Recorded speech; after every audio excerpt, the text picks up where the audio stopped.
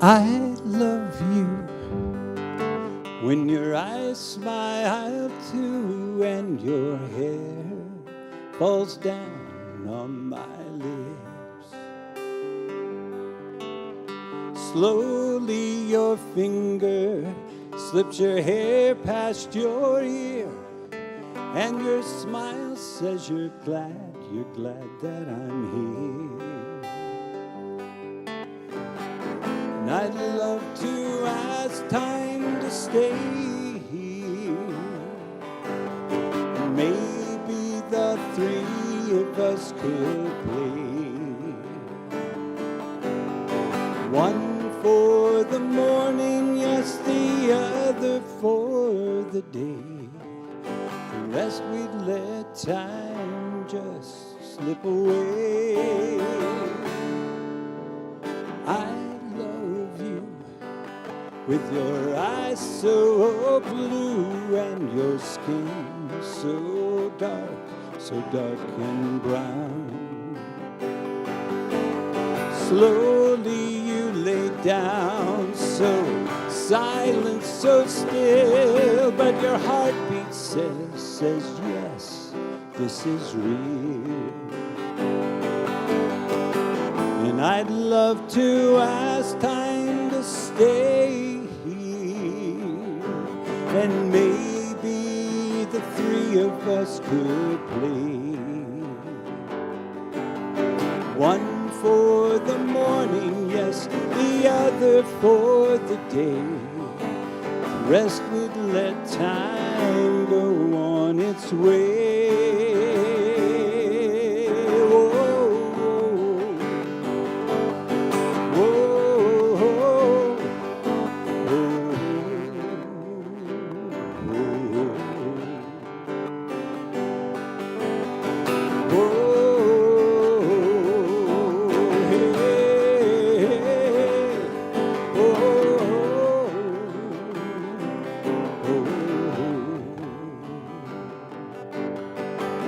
I'd love to ask time to stay here, and maybe the three of us could play.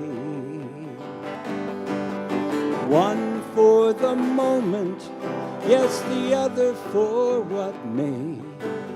The rest we'd let time go on its way.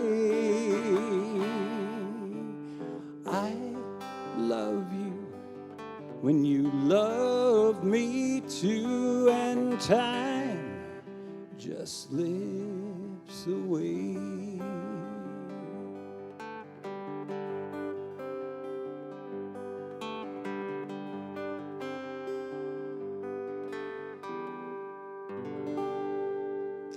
Thank you. Well, thank you for coming tonight to this show. The scariest thing about putting on something like this is I pray that somebody shows up.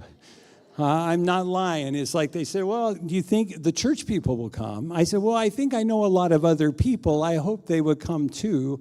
I've had a lot of people text me and say, we were planning on coming, but got the flu or something else. And I thought that did not make me really excited when I find out everybody's telling me why they're not coming. But thank you for coming. Some things that you need to know. This is just, you have to know this, is if you go through those doors and head down the hall that way, we have the parlor back here. At intermission, we're going to have cookies, and we're going to have punch, and you're going to get to socialize for a while and then come back in, and we'll finish up the show. But if you just keep walking a little farther, that's where the bathrooms are. And I can look out there and see that some of your hair color is the same as mine, and I find that the bathroom's become a really good friend of mine in the last handful of years. So I do want to say why we are doing this. This is to make money for our youth, and they're all sitting over there, and they've come to help, and they've made cookies, and they've made so many neat things, and they're here to be my mic holders, and so when you give, I'm going to say give generously, because it's going to go to a good cause, and We are a big, old, beautiful, beautiful church with not as many people as we used to have 20 years ago. And it costs a lot of money to go to camps and everything else like that. So I pray that your hearts are open and you give generously when it comes time to give. What else do I need to tell you before I get started here singing? My pastor, Pastor Joy in Austin, if you want to just wave, she's back there. Joy, how long have you been here now? Last June. She's new, but she's not new anymore. So she's been a blessing, and she's got great ideas for our kids too. So I wanted you to meet Joy. So I guess here's how this show is going to happen tonight. I'm going to sing a song that I wrote, like the last one was called Time. I don't have any good stories about that. I just wrote it. But other ones have good stories, and I like to gab, and I apologize for that. But sometimes I think when you're a songwriter, you need to understand why I made up a song. Later in the show, we're going to do contests. We're going to see who's been married long, who's married to an unromantic person. I don't know. We're gonna get crowd participation, and you need to be not shy, okay? The kids, they're going to have a microphone, and they're going to walk up to you if you raise your hand, and they're going to let you speak into the mic so we hear you, so this will be not a boring night. We will be able to talk to each other. And they're also going to bring a bag of goodies for anybody that is brave enough to talk, okay? So don't be shy, okay? So they're going to be their role tonight when the time comes. So that's all the Gavin I need to talk about that. Hey, Christian, can you show the picture here? This next song I'm going to sing is called I Try, and that is actually a picture of me. That's hard to believe, but in the 1980s, that's what I looked like. And in the 80s, we had these things called Opry shows. Ottawa had one, Fort Scott had one, and Council Grove had one, and the biggest one that was really popular was in Burlington, Kansas. And the deal was, it's truthful, the deal was my mom and dad went and came to me and said, you need to be singing at the Opry shows. My mother was really, you need to be singing more than I was. And so I went and tried out for the Burlington Opry Show, and I made the cut. And it would mean a day of going down to Burlington and working with the band, and you would sing about 6 songs that night, and they'd pay you $40. And you know, you felt like a star. And some of them tried to treat you like you were part of their organization. But it was a lot of fun. It was a great experience. But in Ottawa at that time, we had some talent shows, and it really became a big deal. Everybody was singing cowboy music, and a lot of people signed up. And so I decided to try the Jimmy Dean True Value Good Hardware Talent Show. And I did the Jimmy Dean True Value Hardware Show, and guess what? I won. I actually won 2 years in a row. And you know, because I won $500. And the first time I got to go down to the True Value store and I got an extension ladder. I still use that extension ladder, I do. And the next year I won a gas grill, and that thing died 20 years ago. But we did the Jimmy Dean True Value Hardware Show, and we won. Now the biggest, coolest thing was, because we won the local, we got to go to the state. So I sang at the state, and the first one was in Topeka, and that was the coolest one because we sang, I don't know what it's called now, but that arena they have downtown in Topeka. But Hal Ketchum was a very famous country singer at the time. He was playing right after us. So when we practiced and everything, he was there on stage. He was backstage with us. We got to talk to him, and he was a really nice guy. But the crazy thing was, Tara, my daughter that's sitting back there in the red now, she was just a little girl. And Hal Ketchum seemed to get a liking to her and was talking and teasing her.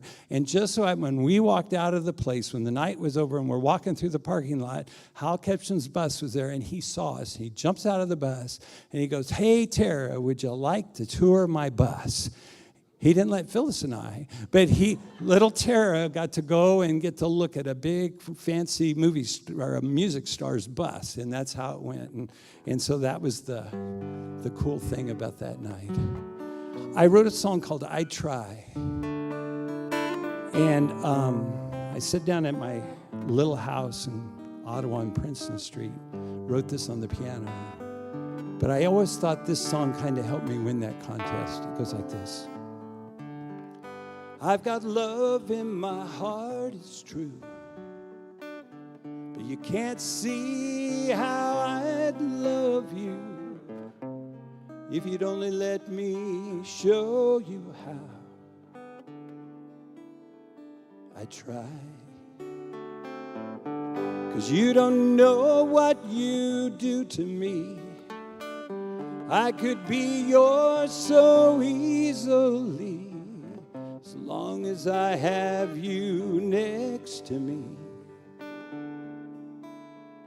I try to give you everything, like the moon on a silver string, and all the stars that sparkle in your eyes. And if that wasn't enough for you, I try to give my whole life through, and all my love forever. Girl, I try. Whoa, whoa, whoa, whoa.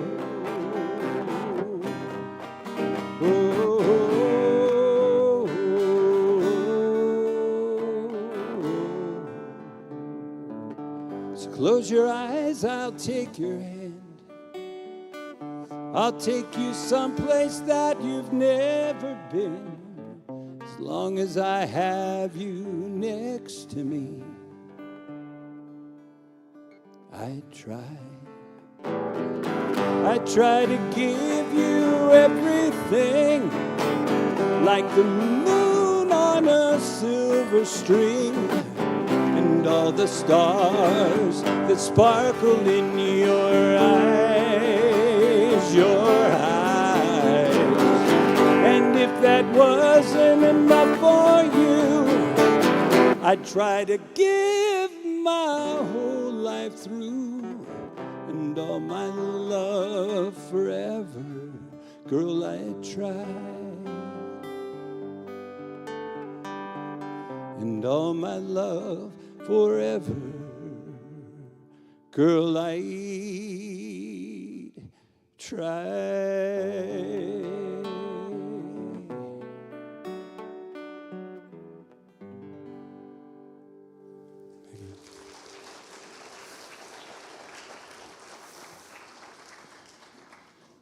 You know, if I'm going to be dead truthful with you, when I tried to sing those high notes when it got really loud in the 80s, it was easy. Now it's like a fake push, hope it hit the note kind of sound. It was way prettier in the 80s, I promise you. Christian, we got some pictures, right? My next song I'm going to do is called Telluride, but I'm going to tell you a story about how this kind of comes about. In our life, in our family, you're going to get to hear stories about my life. We have 3 homes. We have our home that we live in outside of Ottawa here, close to Centropolis. And then Phyllis's dad built this little cabin. And I'm going to tell you about that later in the show. But our 3rd home is we found this spot in the San Juan Mountains outside of Silverton, Colorado. That picture right there was the first time we ever parked there, and the kids were there, and it was a beautiful place. You wake up in the morning, and the peaks were huge, and there's a river running beside it, and it became a tradition that we head to the San Juans after being at the cabin, and we park in this spot. Next picture. I've got a few. No, not that picture. It should be one of a camper. Okay, there's one. That is the last time we were there. That was 2 summers ago, I think. We retired. I mean, you guys that retired, you know that's a blessing, because we, as educators, Phyllis and I were teachers, we never got to see the aspen leaves ever change. As children, we both grew up in Denver, Colorado, until junior high school. And so that was our goal. When we retired, we were going to go see the aspens. So that's the last time we were there. Christian, you got a picture? What's your next? And there's a picture of our little R-Pod. That was when all the kids left. We got this instead. Phyllis ended up driving the truck, and it jackknifed in western Kansas and totaled the camper. So that's why I got a different RV now, but it's okay. It was an exciting ride, wasn't it? Yeah, it was. We thought the truck was going to tip over twice. So next picture. Okay, then the next picture. No, not that picture. The pictures of the, no, not that picture. The river. Christian and I went through this before. It was great. This is our back door. This is what our back door looks like. And Christian, you should have a couple more pictures like that. Do you? Yeah, that's the back door. So when you're parked there looking at the river, that's what you step out and look at. One more? Okay, that's a picture of Telluride. Now, the San Juan Mountains, if you've never been there, they're the most amazing mountains in really the United States, but really in Colorado. And you've got Ouray that has the hot springs. You've got Silverton. You got Durango. And the little town of Telluride is, you got to drive in from the highway up to this town that sits in Telluride. When I was a kid, we'd go camping up there. Honestly, 4 pickup trucks, a 2-lane bowling alley, there was nobody there. Later in the 60s, I know the hippies loved Telluride. They talked about that was where you went. Now they built a ski resort, and the billionaires live there. And it's truly, the billionaires do live there. But we figured out there was 2 other ways into Telluride. One was over Imogene Pass. And the first time I ever got a 4-wheel drive vehicle, I drove my family 9 miles over these mountains into there, and my wife said she would never go again because we were truly on cliffs, but my kids loved it. And then later, my other son, Chad, he ended up buying a Jeep, and he said, we got to go over Black Bear Pass. And this is a picture from Black Bear Pass, looking down into Telluride. Can you have the one with the Jeeps? Christian? Okay.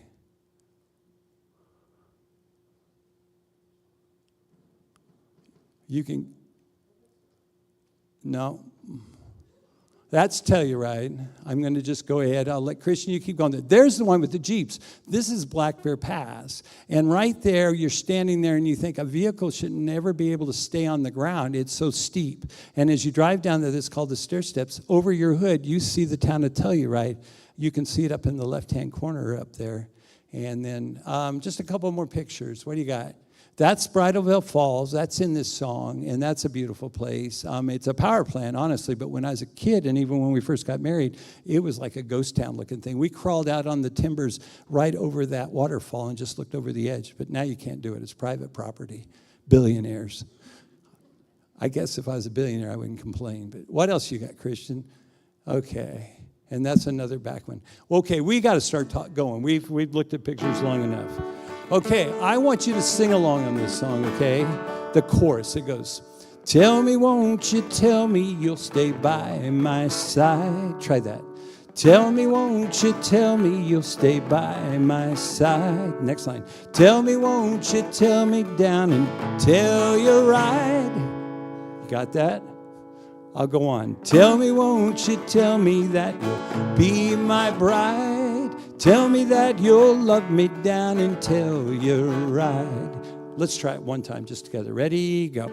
Tell me, won't you tell me you'll stay by my side? Tell me, won't you tell me down until you ride? Tell me, won't you tell me that you'll be my bride? Tell me that you'll love me down until you ride. When I get to those parts, I want you to sing out. And I need you to sing out louder than you just did. And for 40 years, I was actually a school teacher, music teacher, and I graded people on singing out, okay? That was a C-, maybe a D+. Okay, so a little more volume and we'll have a little more fun. Oh, last thing before I go, I got to brag on myself, and this is just me being vain. I apologize, but I took this song to Folk Alliance. Folk Alliance is this organization. They came to Kansas City for 5 years. All the folk singers from all over the world came into Kansas City, and I got to meet Mary Chapin Carpenter, stand and talk to her for the longest time, and Milk Carton Kids and Tom Chapin and all these people. They're just walking around the halls because they're all folk singers and they're happy to see each other. But there was this one place that you went, and all Nashville songwriters showed up. There was a panel of about 6 of them or 7, and then you could sing a song for them, and then they would critique your song. And they were pretty harsh on everybody. And I did it more than 1 year. I had 1 year I did it, and I was kind of red in the face because they hated everything I did. But when I did Telluride, it was the first time I ever tried it. And one lady all of a sudden stopped and go, that's a perfect song. And another guy says, well, it's talking about nature, but it becomes a love song. It works. Yeah, you're right. That's a perfect song. And the next guy says, you need to pitch this to a bluegrass band. He said, this could be on the radio. I thought I was just the perfect songwriter. The next year, they ripped me all up and down. I'm not singing that song tonight either. This is a song I made up in those San Juan Mountains. Morning sun shining down on me through the rustling of the leaves of those tall aspen trees in a grove by a stream where we love to run, you and me, in this place. Yes, girl, you are the one. I swear the bluest skies you'll ever see are high above the San Juan Mountains. It's like heaven to me. There's a meadow where I held you for the winter snows. You and me in this place is where our love will grow. Here we go. You guys ready? So tell me, won't you tell me you'll stay by my side? Tell me, won't you tell me down until you're right? Tell me, won't you tell me that you'll be my bride? Tell me that you'll love me down until you're right.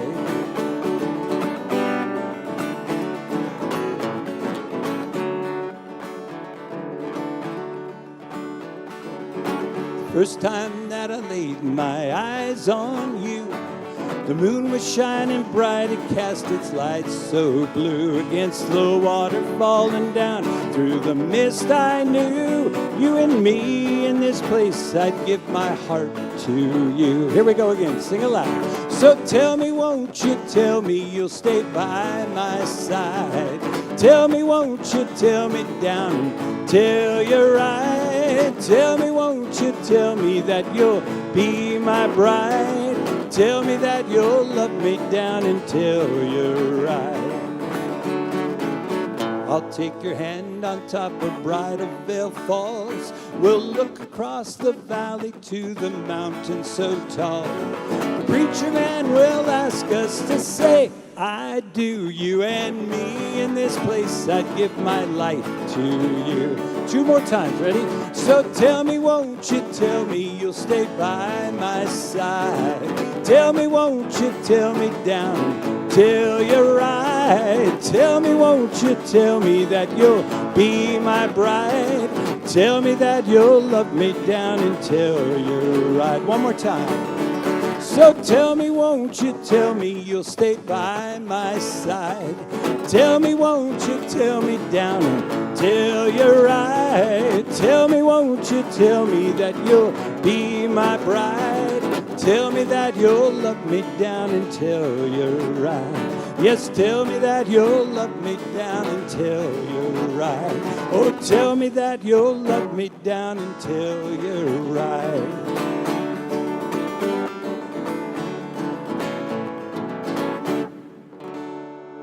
Yeah, you're right. Thank you.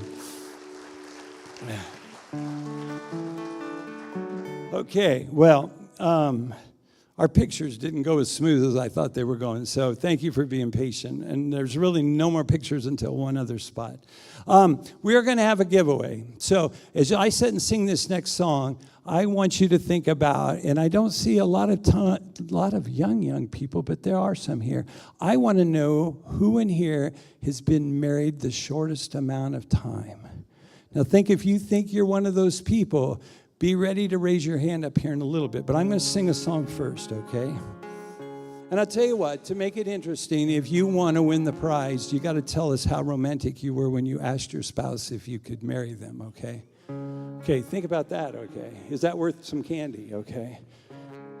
If not, I don't know. So, my story about me, just real short like, is I did ask my wife to marry her, and that's a good thing.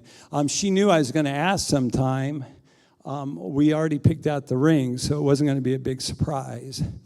I did not ask your father for your hand. My son-in-law did. I was shocked, but I did not do that. But anyway, I did a Christmas program at Pomona High School, my very first one, so I was dressed up in a suit and a tie, and it was all done, and I come home, and we're coming back into Ottawa, and we stop at the Pizza Hut on 15th Street. You guys remember when the Pizza Hut was on 15th Street? Yeah, I went in there, and we sat down at the booth that only had 2 seats. How cool was that? Talk about romantic. The cool thing was Sally Crawford was the one waiting on us, and she all of a sudden saw me pull out this little box that had a ring in it. Next thing I know, the lights in the Pizza Hut dimmed, and the music came up. And I asked Phyllis if she'd marry me, and she said yes.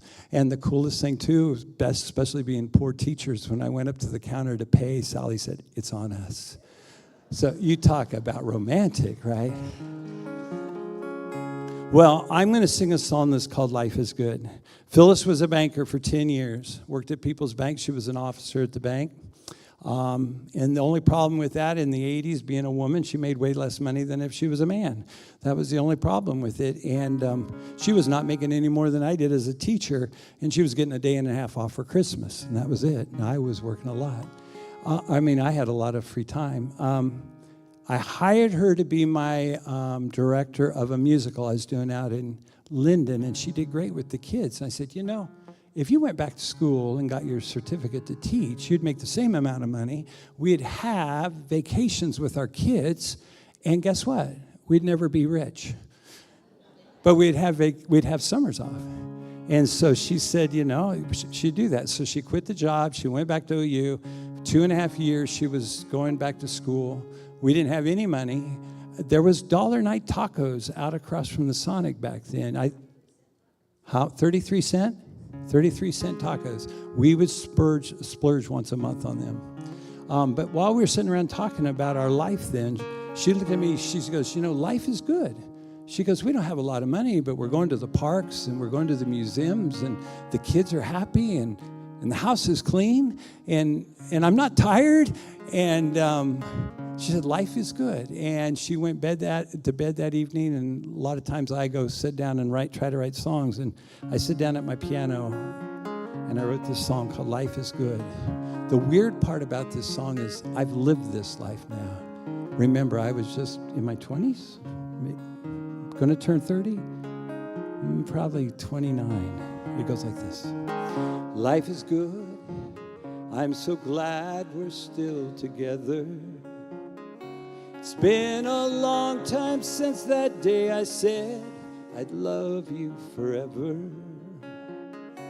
And I can see in your eyes that your love is still as true. Life is good for me. Hope life's good for you. 'Cause life has changed. The love's now shared with our children. And though they're both the joy of our lives, do you ever miss those days when we used to hold each other close and dream the time away? Life is good for you. Life is good for me. They say that this old world can sometimes come between us. One day the love feels oh so young. Turn around and love's grown old. But here with you is more than I ever dreamed life could be. Life is good for you and me. As life goes on, the leaves turn gold in autumn. Then the kids will grow and move away. Still you love me just the same. And as we both grow old and gray, we'll look back on yesterday. Yes, life is good for you and me. Yes, life is good. They say that this old world can sometimes come between us. One day the love feels oh so young. Turn around and love's grown old. But here with you is more than I ever dreamed life Life is good for you and me.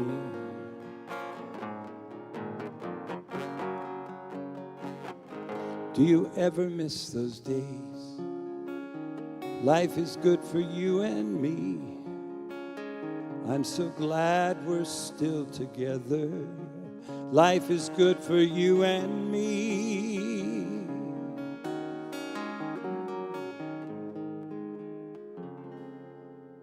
Thank you. Okay, so kids, you ready to get started? Who in here thinks you might be married the shortest amount of time? Be brave and raise your hand. We got to give away stuff tonight. That was the whole deal. Right here, guys, somebody grab a candy and a microphone, and let's run over there. We got one hand over there. Okay, I need a microphone. Adley, you got it? Let's run, okay? Raise your hand high, wave. Tell us your name. Okay, tell us your name. Hi, my name is Jeje. And does it count if he's not here? Because he's not with me tonight. Okay. I guess it still counts. Yeah. You're still married. And I got married on December 18th. So This year? Of 2025. Can anybody beat that? Okay. And you're give her a big hand. Thank you. Congratulations. Thank you. How did your lovely husband ask you? Was it romantic? It was very romantic. It was a surprise, and he lied to me. So now I can't trust him anymore because I asked if he was going to propose, and he that's said no. a good thing to remember. Right? Exactly. But we went to Colorado to visit some friends who live in Denver. And we went to Estes Park, and the day that we had booked the tickets, he had actually messaged my friend and said, hey, I'm going to propose to her there.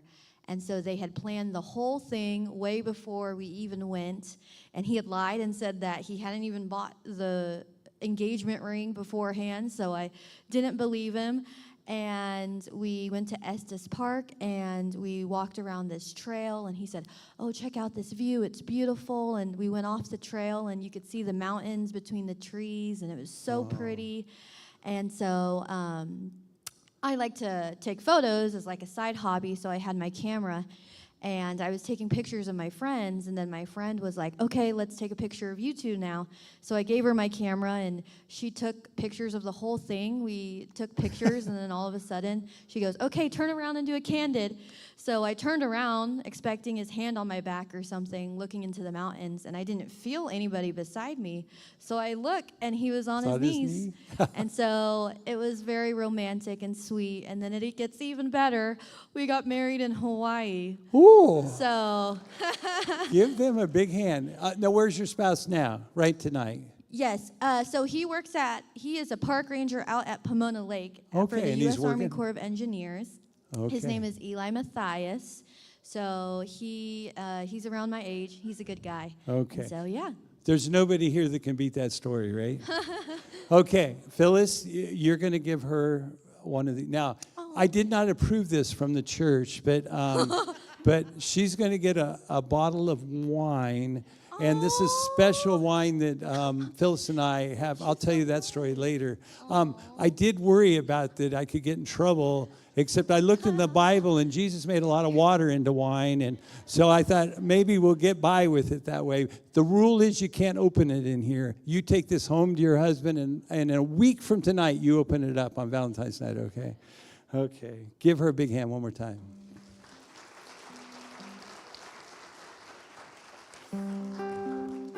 Thank you, guys. My next song is called Short and Sweet, and part of the reason I'm playing it for you is just because I like it. That Folk Alliance thing that I told you about, where I went and sang to the group of songwriters, and they critiqued my song, there was this other booth that they had. The lady that runs Kerrville down in Texas, that's a big songwriters festival in Texas. It's really down there where the big flood was at, too. That was kind of sad last year, whenever that happened.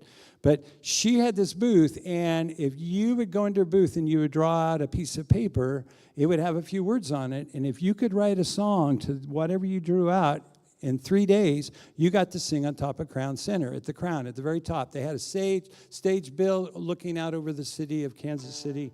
And the first year, I was too chicken. I just went and watched the songwriters try to do it. And so I thought, well, this is stupid. I like to write songs. Why not try? So I went into the booth the next year, and I drew out this piece of paper, and it said, short and sweet. And I thought, man, what could you write about short and sweet? The first night, it's a 4-night festival up in Kansas City. They take 3 floors of the hotel and make every room a stage. So you just got hundreds of performances going on all night long until 3 in the morning. But that night, I didn't stay in Kansas City. I drove home to my home out here in the country between Lawrence and Ottawa.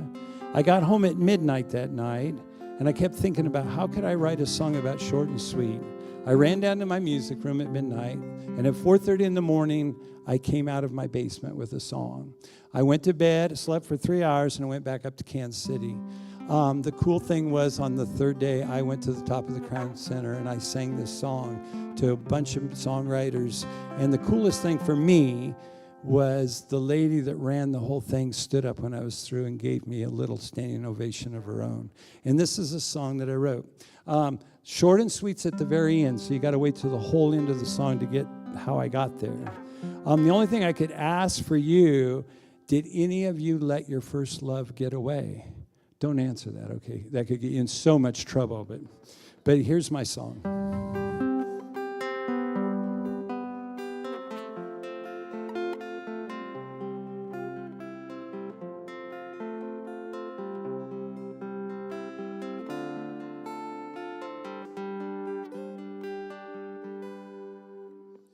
Stepped off of a jet plane, the gates seemed mile high.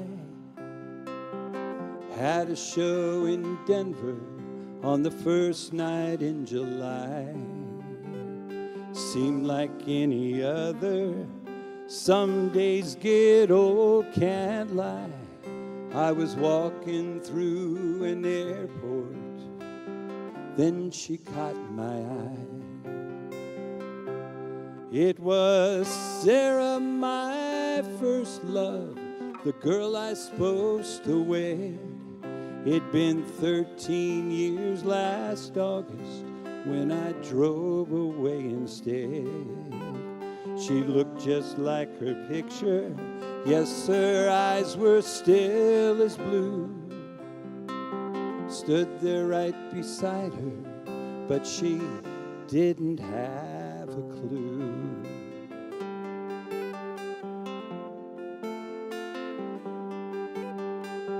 I reached out, took her hand. Sarah, how are you?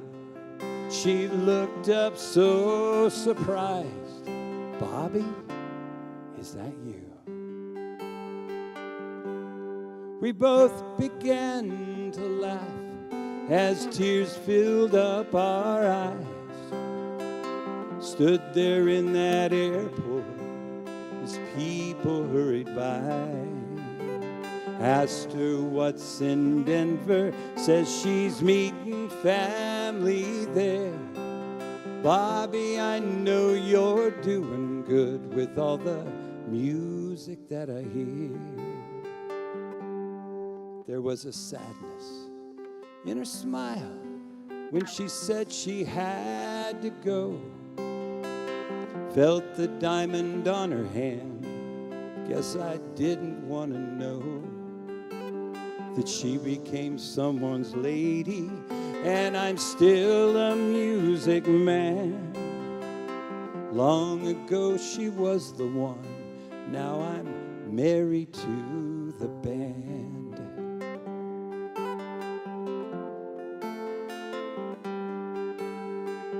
Seemed like a lifetime when two lovers chanced to meet, but it was only married their first love, Who in here actually married their first love? Now you think about that. I'm going to sing a song before you answer that, and you got a chance to win something if you do. I did have a first love. I really did. Susan back here will know who my first love was, and I don't want to say names, but she was a year older than me, and we were madly in love junior year, part of my senior year. And then I remember talking, and she said she thought she'd like to get married when she was 18 or 19. My heart went, oh, I'm just a kid. I haven't kissed another girl. It's like, oh my gosh, and I was a real jerk, and I broke her heart. I really did. But she really was the love of my life at that time, and I really have a spot in my heart for the rest of my life. The one story I want to tell you about young love, though, was, I like to smooch. That is my bad thing. I mean, I don't drink very much, but I love to smooch. And I would take this girl home, and she lived in the country, and I'd park in her driveway, and then I would start to smooch. And then about 10 minutes of smooching, the porch lights start flacking on and off. And she looked at me, and she says, I got to go in. I go, okay. And so she'd go in, and I dated her for a month, 2 months, third month, and the lights would flick, and it's like, this was fun, and it keeps getting ended. And all of a sudden I thought, you do have brains, Cunningham. It's 3.5 miles of gravel road before I got to her house. Why am I stopping in the driveway? I started to become a better boyfriend to the mother, because when she got into the driveway, only 3 minutes of smooching and she was in the house. I don't know. I thought about that moments in my life when I wrote this song called Cumberland County. Now, I have never been to North Carolina, but as a songwriter, you get to make up stories in your head. And I was writing this song, and I said Fayetteville. And I thought, where's Fayetteville at? And there's one in Arkansas. And then I found out there's one in North Carolina, and so I'm researching it. And then I saw that the one in North Carolina is in Cumberland County. Well, for me in my brain, that sounded like music, Cumberland County. I don't know where the one is in Arkansas was, but it wasn't as cool. And so I wrote this little song about young love called Cumberland County. Now remember, who's been married? Who married their first love? That's our contest, okay?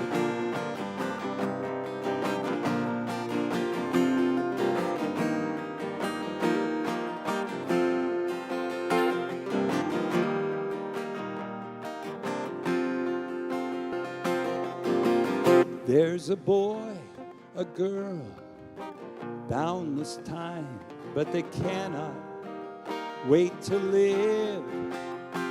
And their breath is filled with unjaded love. To each other's heart do they give. And they say, their elders said, you're too young, slow it down.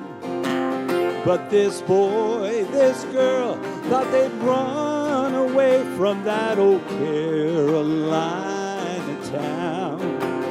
So they sailed past that city limit sign that says leaving Fayetteville. And they fly through Cumberland County in a beat-up Coupe de Ville.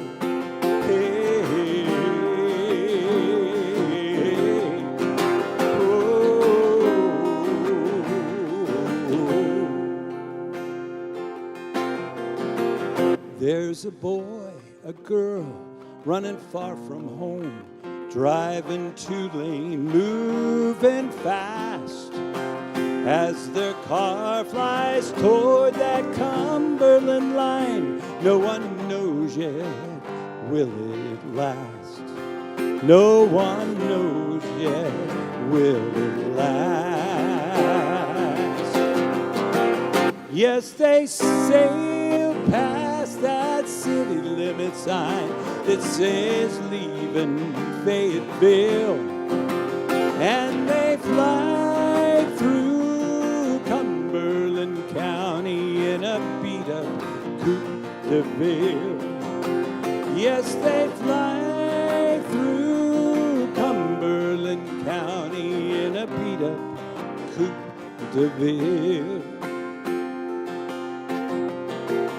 There's a boy, a girl, boundless time, but they cannot.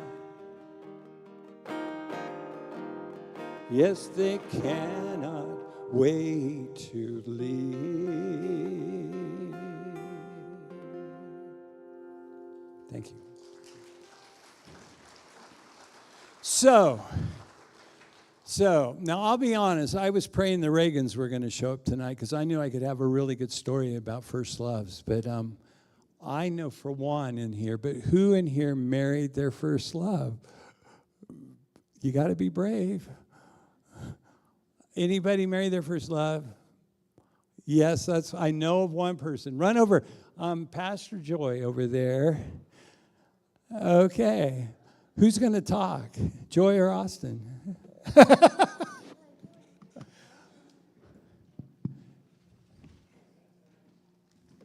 Okay. So tell me this. Yes. When did you guys start dating? Austin and I started dating when we were 18 in 2012, the second semester of college. On February 3rd. Yeah. On February 3rd. Yeah. That was just the other day. It was, yeah. We've been dating 14 years. Oh my gosh, children. Any great stories about this? I could get really personal. Was there, you say it's first love. Did anybody have a girlfriend or boyfriend before? I had one boyfriend from my home church, which that was a turbulent situation in my home church. It wasn't love, and right? so it was not love. There we It go. was just like. And I lied at the high school and told everyone we were not dating. So I don't think it counts. Okay. Austin, I think, has had a previous first love, so I won't put him on the spot. But she did lead worship and had blonde hair, so. Okay. So maybe he has a ministerial type or something. Well, okay. Well, let's give a big hand for first loves. And Phyllis, if you want to go give them. Okay, now my next contest, and it'll be after this song, is who in here has been married the longest? Okay, who in here has been married the longest? My story about my song is only this, is you saw that picture when I had cowboy hat and boots. I wrote this during my cowboy times. This is an old cowboy song. It's an old waltz. It's called The Last Cowboy's Waltz. It's about old love. It was a Saturday night, the moon sure was bright. They thought I'd go down to the hall. The music tickled my ear as I sat with my beer. It was a warm one, if I do recall. As the couples danced by, there was one caught my eye. It wasn't that they looked out of place, but they were older with age, and like the words on a page, love was read on that old cowboy's face. It was the last cowboy's waltz when they fell in love on that old hardwood floor. He held her hand as the band played that old Texas waltz, as they danced the last cowboy's waltz.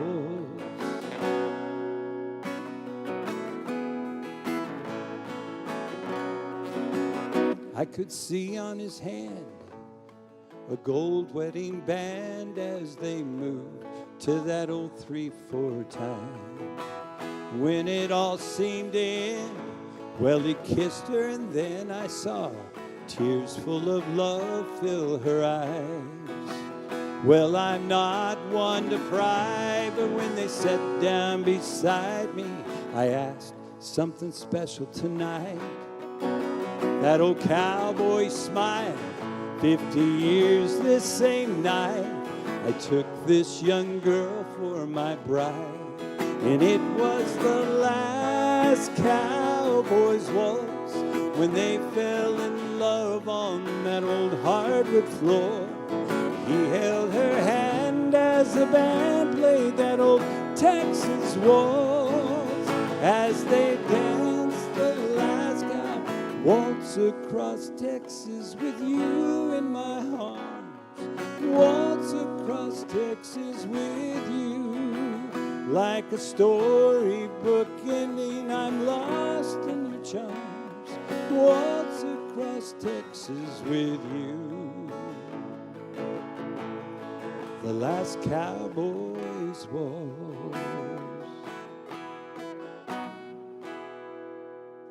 Thank you. So surely we're going to get more than one hand up on this. Who in here has been married the longest?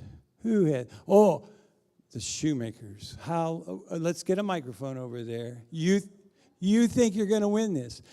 Roger Shoemaker was my coach through high school and football and basketball. He was the best. How long have you guys been married? 55 years, almost 56. Almost 56. Oh, somebody's going to beat that. We got a hand up over here. Let's go to the right here. Your hands right there. Hey, right here, right beside you. You can beat that 55, 56? Okay. 61 in July. Okay. Do we still have a hand up back there? How much, bud? 60. 60? Years. 60? 62? 60? And you're 61? Come July. No, when did you get married? November of this last year, 60. Does July win? Because I'm just a music person. I wouldn't know. Okay, so you win. Phyllis, would you give them the prize? And for all three of them, give them a huge hand to be. Hey, can you give, before you, can you give back their mics to them just for a second? Can you tell me what was different 60 years ago than today?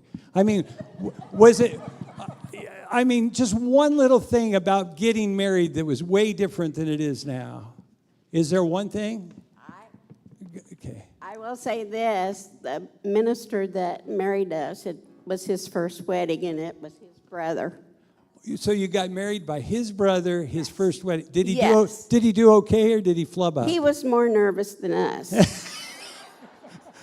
Give everybody a big hand. That was beautiful.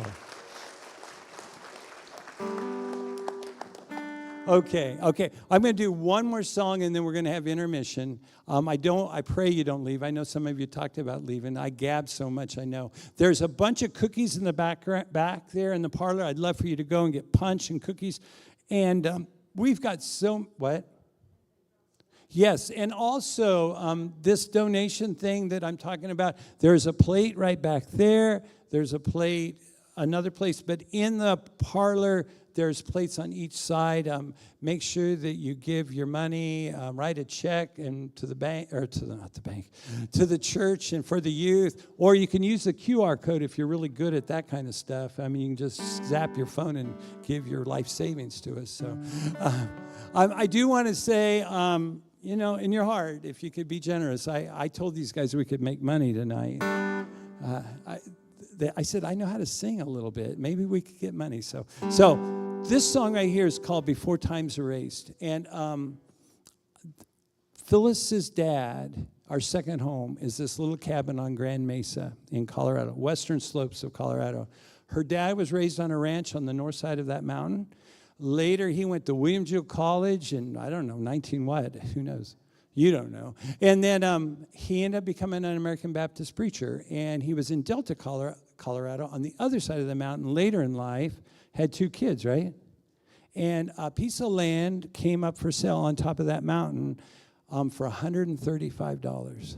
And he bought that land right next to a lake.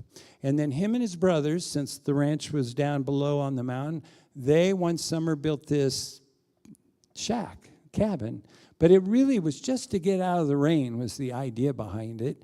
And then later in their life, it became this cabin. A kitchen was put in, and there was a fireplace in 65 was put in. 68, I'm sorry. And And Phyllis had been going there her whole life because it was built before she was born. This summer is going to be its 70th anniversary. This little cabin was a blessing for us because being teachers, there was not a lot of money. So you road tripped it to Colorado, you bought your groceries, you went to the cabin, and we got to play on the mountain. And she took me there on my anniversary. I was married on June 5th. I made it to the mountain on June 9th. When I got there, we pulled up in the parking lot. I'm not lying, the snow was this deep. There's a lake in between the parking lot and the cabin. You could walk across the lake in the middle of the winter, but it was June 9th, and they said, you better not walk on the lake. So we had to walk around the lake, which was like 1.25 miles or a mile, and we had groceries, and we had water, because there's no water in the cabin in the winter. It's all turned off. And if you can imagine, every third step I took, I fell to my crotch in snow. Crawled back out of the snow and took 3 more steps and back down in the snow. Went around this lake. Now, this is my honeymoon. And I get to the cabin. We slide down into the front porch because the snow is over the rails. And we slide down in there, and she looks at me, and she says, I don't have the keys. Now, how long have we been married? 43? I don't even know. 44? 43? 44 this summer, maybe. Anyway, the key thing has been a fixture of my life ever since. I don't know where my keys are, is a lot. I should have known right then. She was blessed that God was looking after her because her dad hid a key on a pine tree behind the house, the cabin. She didn't know where it was at, but she ran around. Oh, I know what's going on. God said, okay, this girl needs help. Got the key, got the door open, got inside, and then guess what? The electricity was gone. It was out. The snow had broke some of the lines down. So we had to call the electrician, and they came up that night and fixed it. But now, can you picture this? This is 1982. There isn't a thing called a cell phone. And to be honest, there was no cell phones, still don't work there. But I had to walk back around that lake to the lodge that is across the street and stand outside on a payphone and call the electrician. And it was a beautiful honeymoon. I got altitude sickness the third night. I was blaming it on the cabin and the big quilts. I sat on the front porch in my underwear at 3 a.m. because it felt so good outside. It was probably, who knows, below zero. But I was burning up, and I didn't know what was going on. Our family went there every summer. Kids went there. It was part of our life. Her folks were there a lot of the time, sometimes brothers and sisters of hers sisters would be there, and brother-in-laws and cousins. And then later in life, grandkids showed up. And I've got 8 grandkids now. At that time, there was just 2, and they showed up. And we had a great summer with them, Briley and Kennedy. It was fun. And then the next summer, it was just Phyllis and I. For the first time, after the very first time on our honeymoon, it took that many years before we were ever in that cabin all alone again. I'm sitting in the cabin, and Phyllis is outside drinking tea and maybe eating some chocolate out there looking over the lake. And then she comes in the cabin, and she says, I just had this weird experience. I go, what's that? She goes, I was looking over the cabin and out on the lake, and I could see me in the rowboat with my father, and I was a little girl. I go, yeah? She goes, and then I'm looking at the side of the shore, and there I am, a mom, with kids running around all over my feet. I go, yeah? And then last year we had 2 grandkids. She goes, my whole life has happened at this cabin. Well, she goes back outside, and guess what I did? Picked up my guitar. And this is what I wrote, Before Time's Erased. You ready, Christian? Here we go.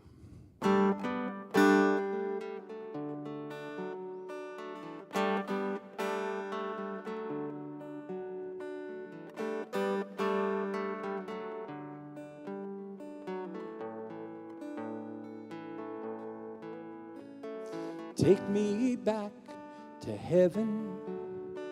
Take me back to that place.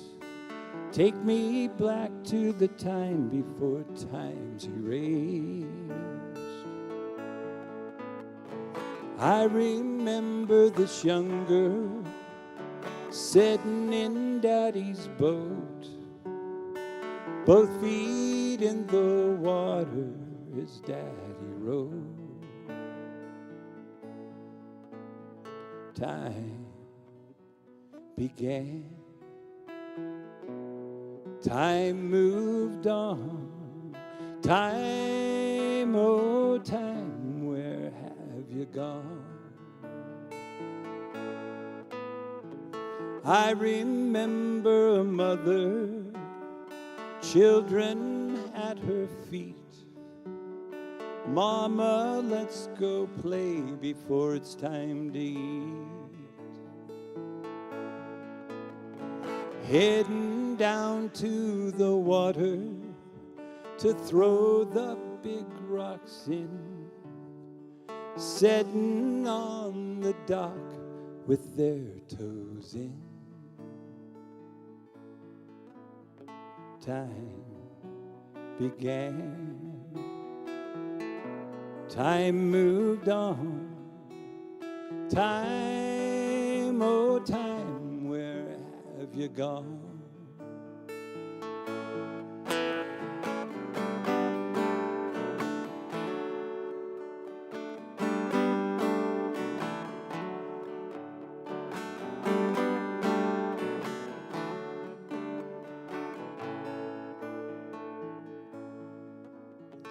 Take me back to heaven. Take me back to that place. Take me back to the time before time's erased. I remember a grandma, two girls by her side, waking up in the morn as they crawled inside. Grandma, take us to the water. Let's go for a ride in that old rowboat by the waterside. Time began. Time moved on. Time, oh time, where have you gone?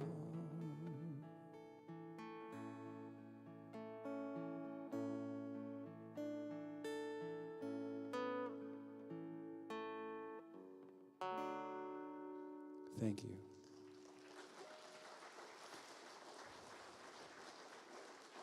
Okay, intermission time. Well, let's make it 15 minutes. I know some of you got to go to bed, but I apologize. I gab and I play too many songs.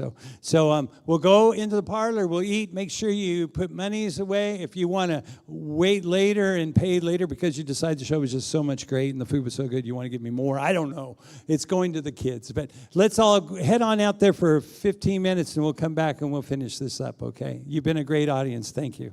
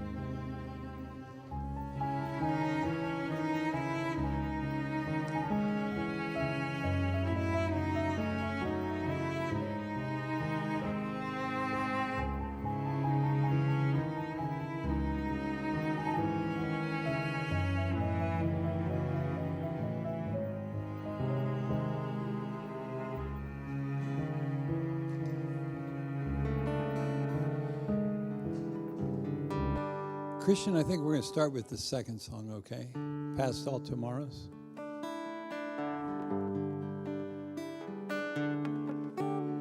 People are coming back slowly. You know, I had this plan that we'd be out of here by a certain time.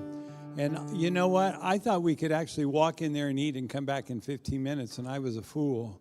I mean, it took over 15 minutes to get people through the line. That's good. That meant there was a lot of people here, so thank you for coming. Huh? And there's a lot of cookies. No, we're not giving them away, right? I heard they're keeping them for. Okay. What?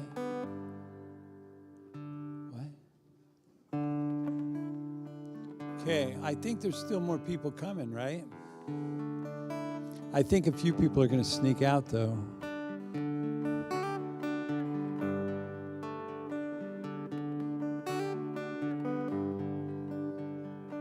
It is 8:30 right now. How many of you go to bed by 8:30?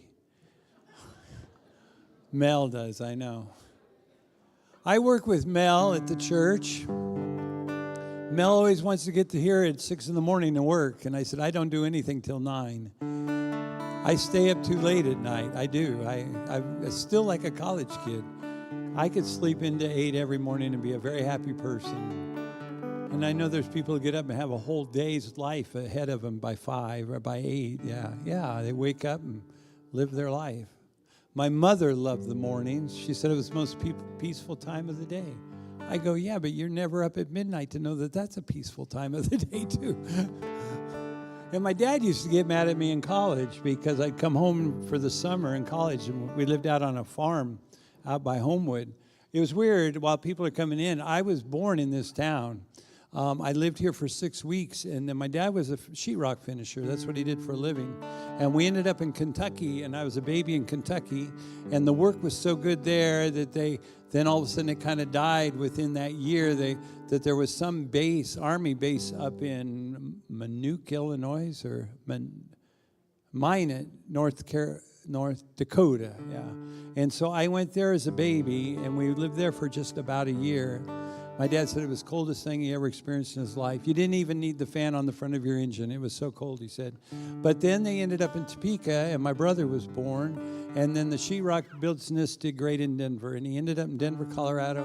And I was there for 9 years of my life. I loved Colorado. It was a beautiful place. But my mom was from Williamsburg. My dad was from Lane, Kansas. And when it was time for me to go to the middle school there in Denver, it was huge. And it freaked them out. And all of a sudden, and my grandparents still live back here, so they bought a farm on John Brown Highway over by Homewood. And I had 120 acres. My dad died with 500 acres. He did really good with his money and bought a lot of land. But my life changed, honestly. In the city kid in Denver, I rode my bike. I fed my dog and cat. I emptied the trash.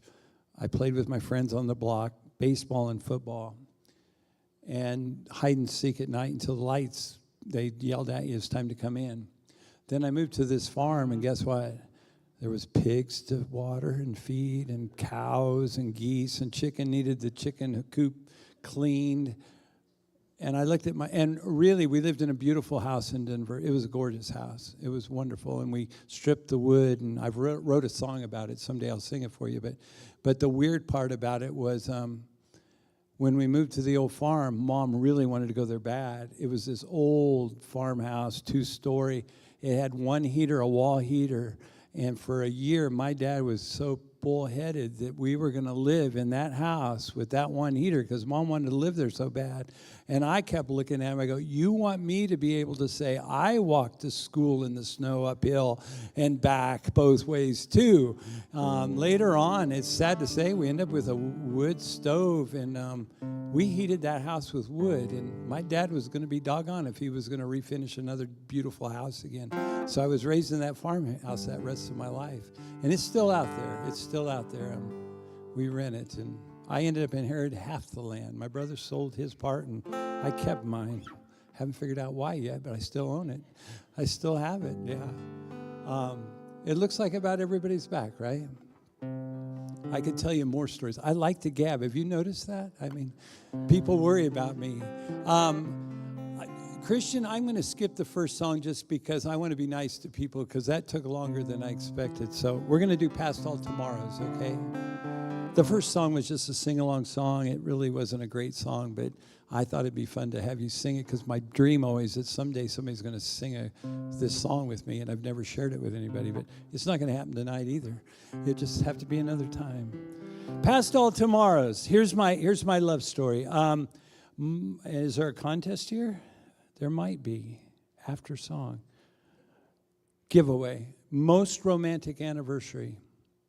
You think about that, okay? I'll tell you my story here in a little bit, but I'm going to sing Past All Tomorrows. I wrote this song because my wife looked at me one day and says, you know, you write sad songs, you write cheating songs, you write hurting songs, you write depressing songs. I go, yeah. She goes, you haven't written a love song in a long time. I think people are going to start to think we don't even like each other. And I go, I hadn't thought about it. I was just, you write moods and you do these different things. And she was right. I hadn't written a love song for a long time. So she said that to me. That night, I went to my music room. Usually that's when most of the creative juices go. She goes to bed. I stay up, who knows, to midnight to 2 in the morning. It just depends. But that night, I went downstairs and I wrote this chorus. And I'm serious. I love this chorus. I'm going to brag on myself. You don't know. Being a songwriter is weird because sometimes when you're all done and you read what's done, you go, I made this up? I can't believe I made this up. I mean, it's just like it's a gift given to you sometimes. But this chorus was really good. And I was all excited, but I was tired. It was late, so I went to bed.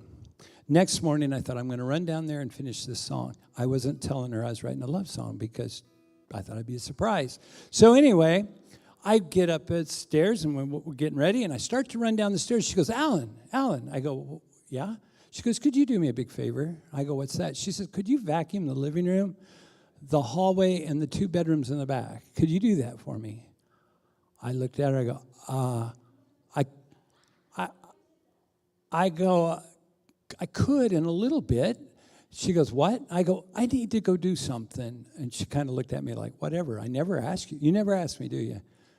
But you did that morning. And I go downstairs. Hour and a half later, I had this song finished. And I came upstairs. I sang it to her. It's probably the best I ever sang, right? Because I bawled like a baby when I was singing it to you, right? It's called Past All Tomorrows. You know what I did when I got through singing it to her? I vacuumed the living room, the hallway, and the 2 bedrooms. God's truth. Okay, this is my love song to my wife. Here it goes like this. See you in the morning, long before the day's begun. Putting on your makeup in the mirror, and when you're done, you ask me what I think about the way you look today. I smile and say you're beautiful, but you always look that way. Squeeze my arm and give a smile the way you always do. We head out in the kitchen, but today my eyes on you. Watch you pour the coffee and put jelly on your toast. To think that you've been mine for years and I'm the one you love the most. Yesterday I said I'd love you. Today I love you still. Oh, tomorrow when the morning comes, I'll know your love's as real. Oh, you've given me your yesterdays that makes today's love true. And I know past all tomorrows I'll love you.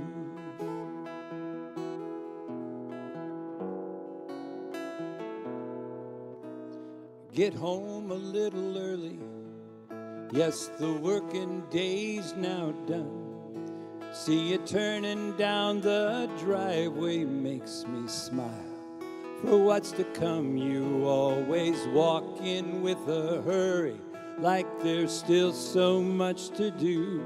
You lay the mail down on the counter, then you kiss me. It's I love you.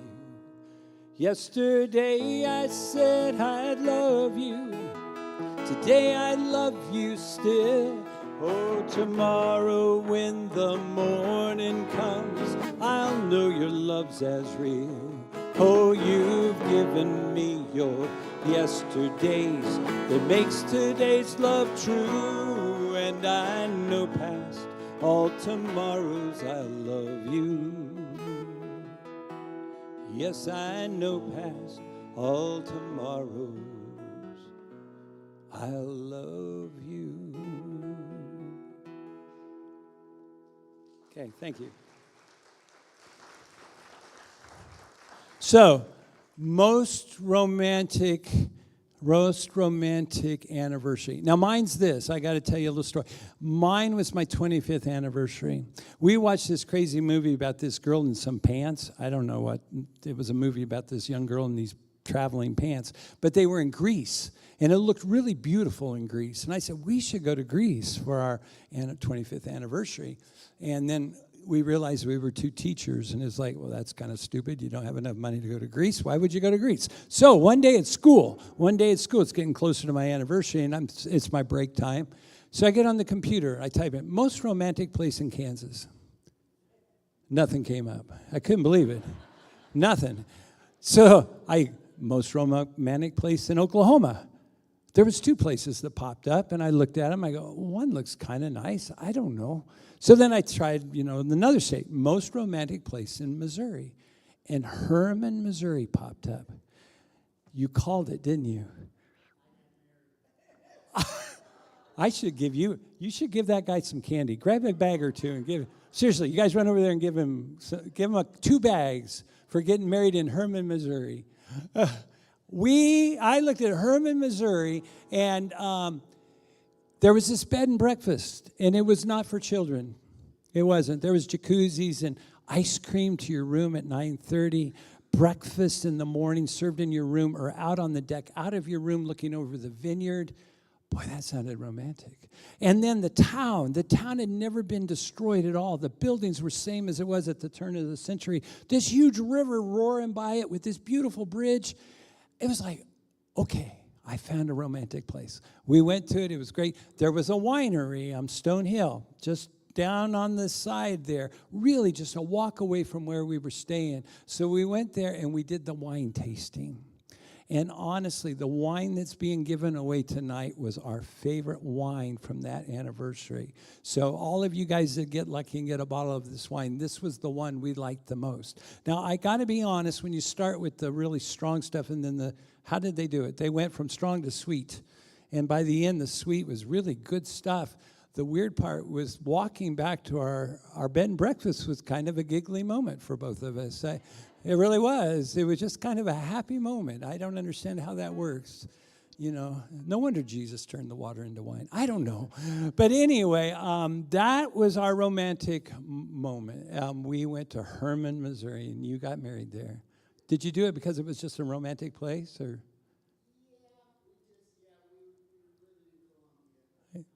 And that was a cool.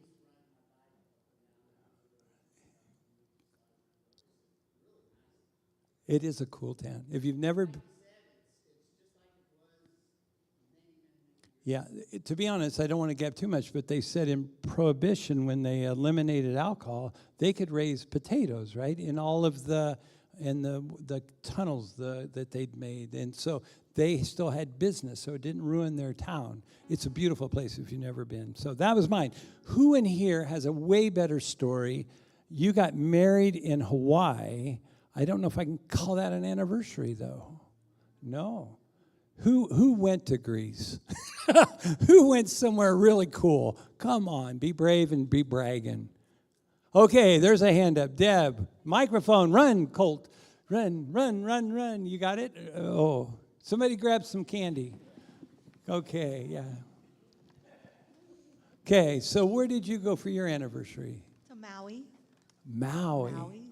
Okay. For our 25th anniversary. On your 25th. And we got, I can't remember where it is. There's somewhere, there's these things that spew out of the rocks. Oh, But the then- holes, yeah, the and blowholes. Then there's this place in the rocks. It made a heart. There's a heart and we took our picture there. Hey, on 3, can we all go, ah? Ready? Ah, and that's sweet. Does anybody have a good story other than Maui? I mean, the Maui's a great one. Did you guys get candy? Anybody else? Nobody else wants to tell? Okay, Kathy, grab that, give her a microphone. David and I met in high school. We were both working on the musical. It was My Fair Lady. He was the lights man, and I was the props, in charge of props. We got married, blah, blah, blah, blah, blah. 3 years ago, we had a chance to go to Kaufman, and the show was My Fair Lady. So we went to Kaufman and saw My Fair Lady. I went back and I said, we always did musicals in February. Went back and found the music program, and it was exactly the same day as when we met in high school. Ooh, that's cool. That is cool. Okay, anybody else want to tell a story? Nobody? Okay. I'll tell you what, we got to, is there a hand up? No? We got a dilemma here. We got 2 people. Mel's pointing. He says, I don't want your wine. So, how many think Kathy's story was sweet and we should give her the wine? Kathy, clap, yes? How many with Mel and Deb getting a picture with the rock that looked like a heart? They should get the wine. Oh, it's close. Man, I'll tell you what, here's the deal. I want you to give Kathy the bottle first, and we have a bottle at home. We'll just take it over to Mel's house. Okay. Give them all a big hand for their stories. Good job. Okay, my next song I'm going to do is called Not a Dime. And I wrote this for a Valentine show. I got asked to go up to Lee Summit, Missouri, and there's a lady there named Kathy Forstay, and she owns this radio thing called KC Cafe Radio. It's an internet radio station, and I met her through all the song circles up in the city. And she asked me to come share these crazy love songs that I'm singing for you and put it on the radio that night. But I decided to write a song for her, and it's called Not a Dime. The only story I got is this. It says, rising moon, falling star, here we are in the hood of this old car of mine, wasting time, not a dime to our name. And the only story I've got from this is Susan Mitchum Jones is sitting back here. Susan and I went to high school together. She was a year older with me. She was in the same class as my girlfriend. And we hung out a lot. We were great friends. Did I ever smooch with Susan? She's sitting with her husband. But yeah, I did smooch with her a couple times. But this night that I want to talk about, there was no smooching. We were just being friends that night. Well, we were friends when we were smooching too, if I remember right. But anyway, we were sitting at the Ball Diamonds out here in 1979, and we were watching softball, I think. And all of a sudden, she looked at me. She says, Skylab's falling out of the sky. I go, well, I've heard about that. She said, we should go see it. So we jump in her car, and we drive out, and we go down the north side of town, and we go up over, and we stop on that bridge that would go to David and Linda's house. You know, the bridge that curves and over the railroad tracks? We parked that car right in the middle of that bridge, and we crawled out on the hood of the car, and we laid there and stared at the sky together. And then, doggone it, there it was. All of a sudden, Skylab just falling through the sky, went flying right across the earth, and we smiled, and we got to see it. So that part of this song is what I was thinking as I wrote this song. No smooching that night, I promise. It goes like this. This is a song I wrote for that Valentine show. It's called Not a Dime. Rising moon, falling star, here we are on the hood of this old car of mine. Wasting time, not a dime to our name. Who needs what when what you got is more than just a sunny day when love's in play and it's May and you say that you love me. So let's run, run and hide, close our eyes in this happy place. Try not to peek, let's stay here while we can. Or we could fly, fly away, find a world far away. Or we could shut this door and let the world slip by.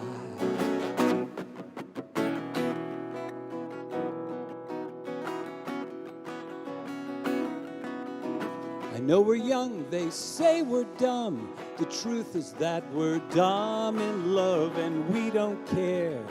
Yes, it's in the air and it's rare to feel this numb. Yet my skin is tingling and oh my mind is out of rhymes. But who's to blame?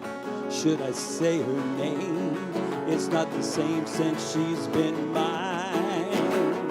So let's run, run and hide, close our eyes in this happy place. Try not to peek, let's stay here while we can. Or we could fly, fly away, find a world far away. Or we could shut this door, let the world slip by.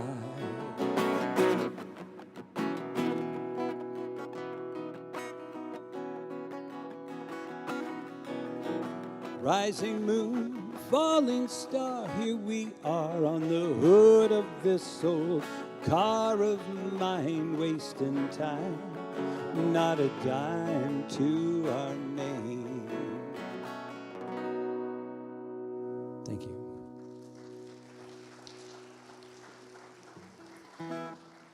Okay, my next giveaway, this will be the last giveaway of the night. This is the one I was hoping a lot of people would show up just to share their stories. But who in here is married to the most unromantic person in the world?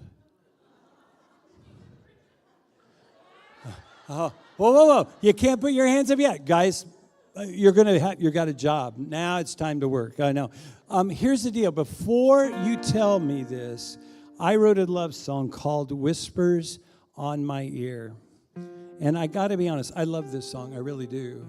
But if you were married to a very unromantic person, they're going to go, oh, this is the gaggiest song in the world.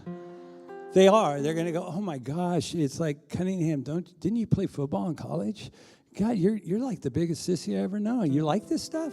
But anyway, no. It's called Whispers on My Ear. And when we're done, raise your hands high, okay? We'll have a few stories to tell, okay? Okay, remember, they're just going to hate this song. Okay, it goes like this. Lay your whispers on my ear, all the secrets of your heart. May they fall upon my soul like the stars fall from the sky. As they etch the moonless night, they have filled this empty life, this empty life. Night and day, come what may, I have longed here for this moment, here with me.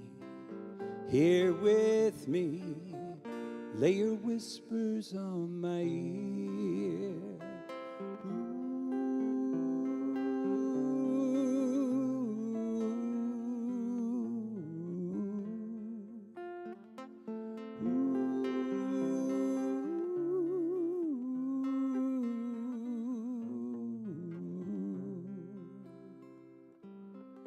Lay your dreams upon my heart.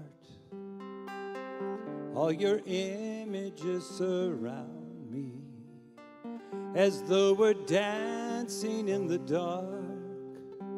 I see the stars go on forever, but then your beauty holds my eye, and I'm held here by your smile, by your smile. Night and day, come what may, I have longed here for this moment. Here with you, this all seems true. Have I finally found the one? Lay your whispers on my ear, all the secrets of your heart. May they fall upon my soul like the stars fall from the sky as they etch the moonless night. They have filled this empty life, this empty life.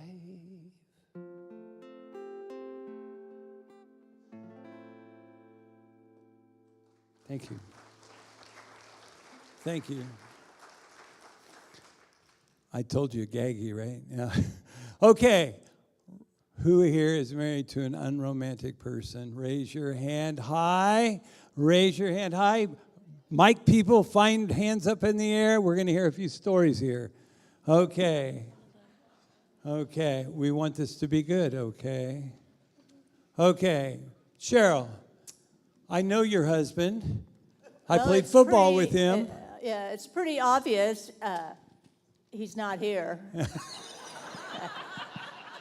And so I asked him to come. He says, well, is there just going to be a bunch of women there? I go, no, you're supposed to bring your husbands. Well, I'm watching TV. So anyway, so he's at home. He wouldn't even go out to eat at the pizza time. Anyway, he is alive, and I used to say to people, I could probably do him in and bury him in the basement, and nobody would miss him except he wouldn't go to work, and they might miss him there. But now he's retired, so I could probably do it, and no one would miss him. Okay. Except maybe the grandkids now and his children. But anyway, when we got introduced, I've got lots of stories where he's not very romantic, and that's just him. But we wouldn't even be married probably if it wasn't for me, because we got introduced at a party we were at. It was an outside roasted a pig or something. I was at a party, and a coworker introduced us, and we talked for quite a while, and I said, well, would you like my phone number? And he said, yeah. And I said, well, can I have yours? So we exchanged phone numbers. And I thought, I think he kind of likes me. He seems like a really nice guy. And, I give him a couple weeks, he should call me. Well, he didn't call me. And if you know me, well, I'm just going to call him. So I called him, and he said, oh, yeah, I remember you and stuff. And I thought, I'll just invite him to go to Guys and Mays. What guy's going to turn down food? Especially ribs. And so we went there, and then after that, he started calling me. But, and he always waited until the last minute to go buy flowers. And although he knows I don't care for red roses, he always bought red roses. And I go, I like, purple flowers and daisies and, where do you live with me? It's like, anyway. Okay, we got a good picture, okay? Let's give Cheryl a hand. Thanks for sharing. Okay, so Linda. I do love him. Hey, Linda, your hand's up. 43 years of love. Okay, there you go. So Linda Alderman, I know your husband, he's sitting by you. He came tonight. No, he's really great, and then we go to concerts and musicals and theater and all that kind of stuff together, so that's good. So why is he unromantic? Because when I say I love you, he goes,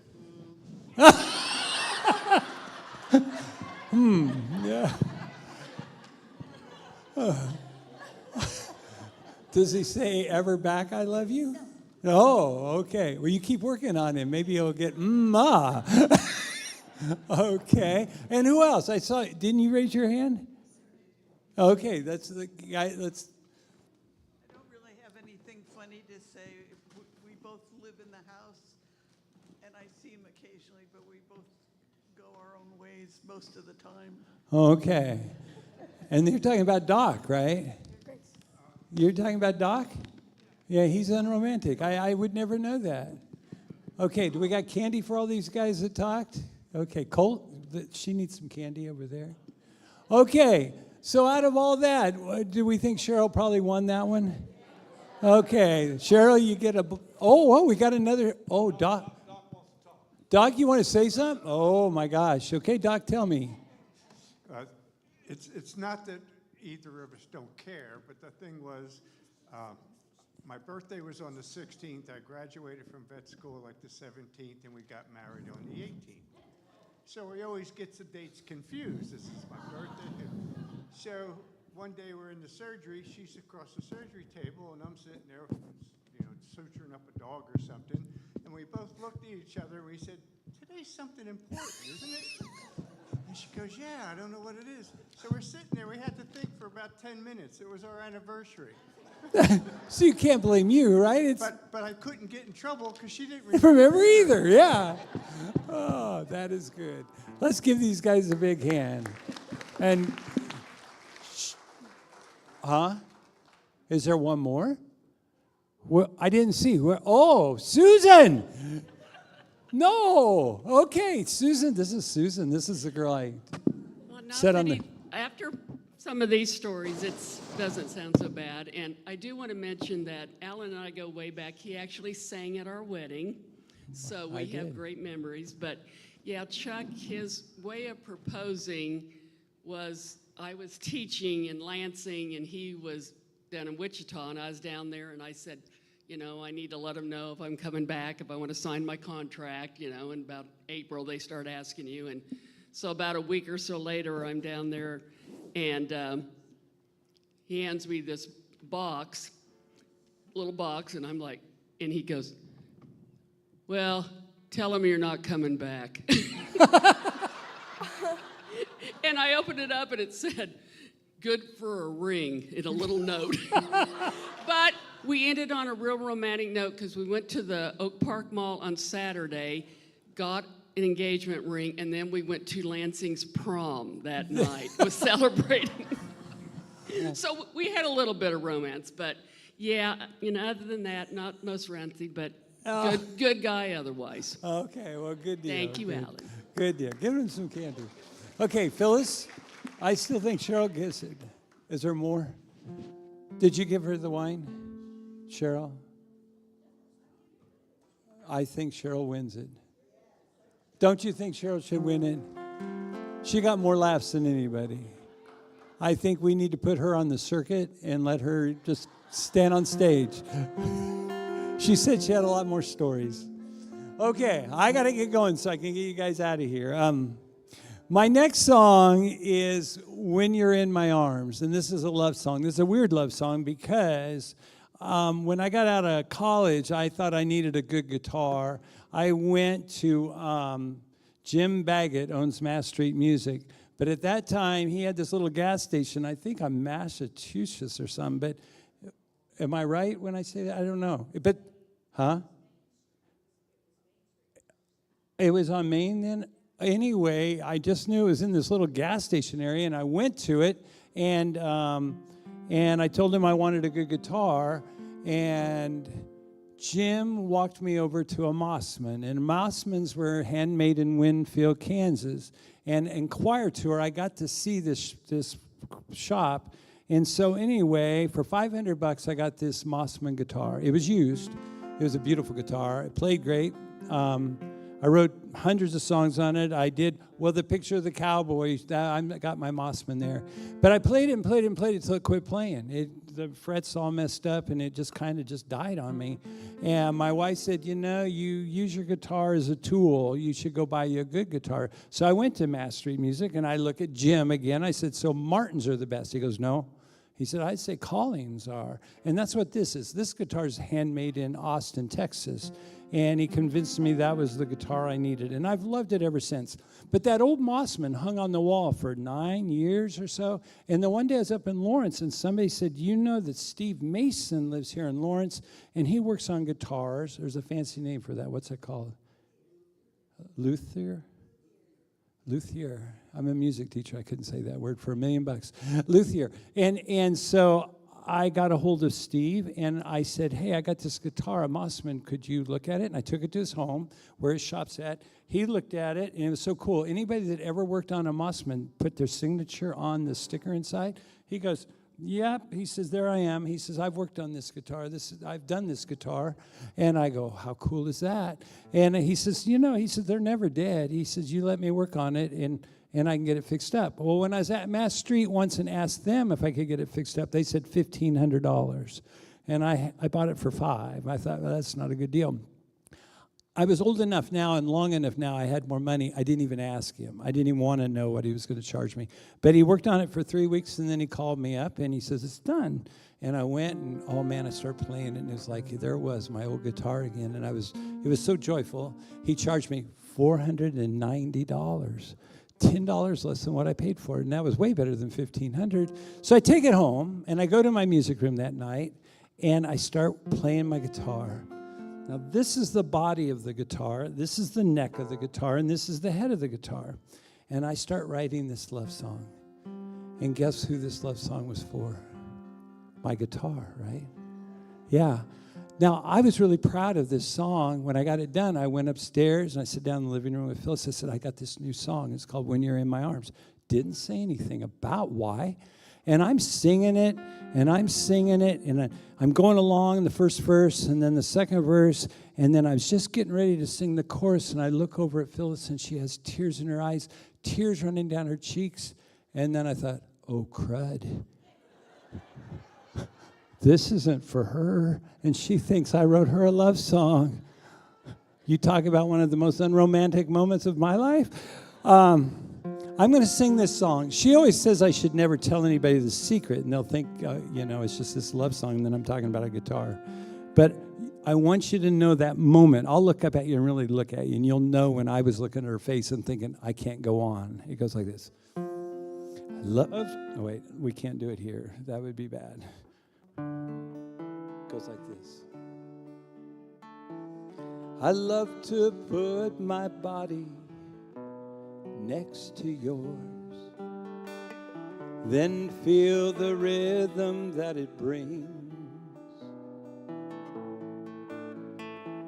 And though you're older now, your beauty's oh so clear. To think you've been mine for all these years.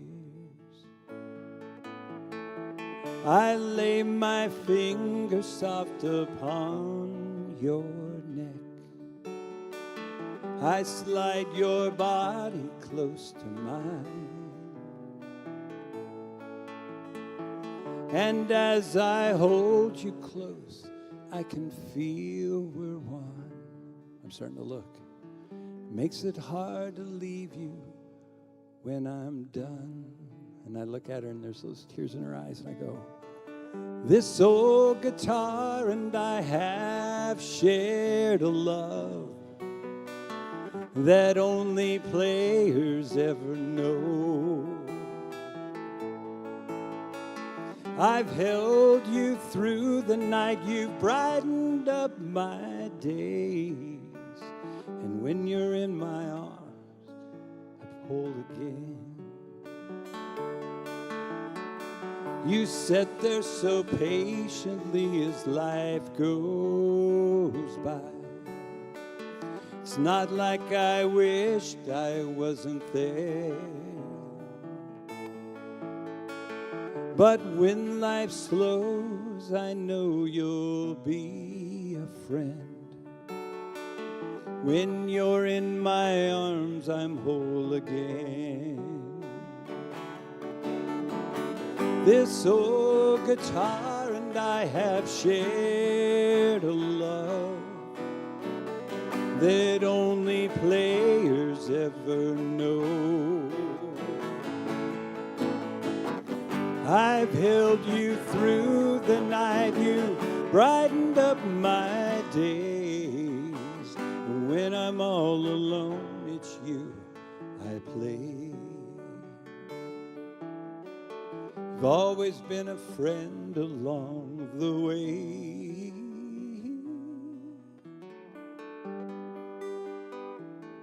When you're in my arms. Thank you.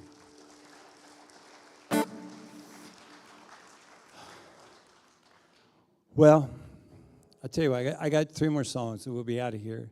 But this truly is a sad song. And I wrote this just barely over a year ago. And the weird thing about it, I call it Ghost. And this is a true story. I'm in my kitchen and I am making supper for myself. I don't know why I'm doing that. Usually we make stuff together, but I was by myself making this food. And I had a hoodie on, or a sweatshirt hoodie. And I'm not lying to you, all of a sudden, boom, right here on the back of my back, boom, I felt something touch me. And I turn around like this really quick, and there was nothing there.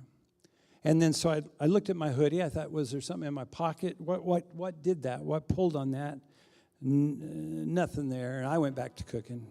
No big deal. I never even thought about it much. Just kept working. Then that night, Phyllis goes to bed, like sometimes this happens, and I went to the piano, and I picked up my guitar, and I'm playing music, and I'm singing, and I'm into it really big time. And then all of a sudden, right here, there's sliding glass doors right over here, but all of a sudden, whoosh, and I jerked my head over like there was something there, and there was nothing there. Then I looked over at the sliding glass door, and there was a light from the house in the back 40 was kind of shining on it, glistening. I thought, it must have been some kind of shadow or something. But then, I'm not lying, I got goosebumps. I thought, ooh, that's just weird.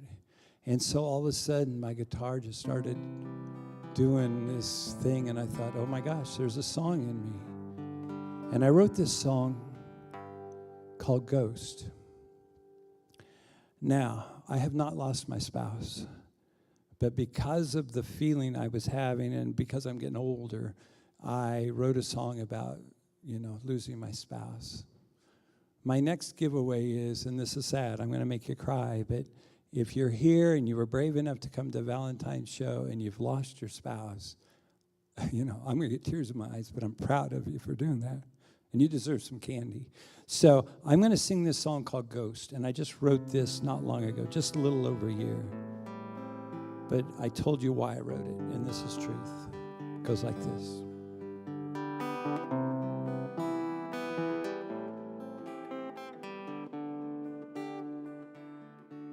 I felt a ghost touch me in the kitchen. It placed its hand upon my back. When I turned, I thought I'd see you. Though you were there, I tried, I just can't. I lost my one forever. That someone I love true. And when the night has found me, I think sometimes it might be you. I felt your ghost touch me in the kitchen.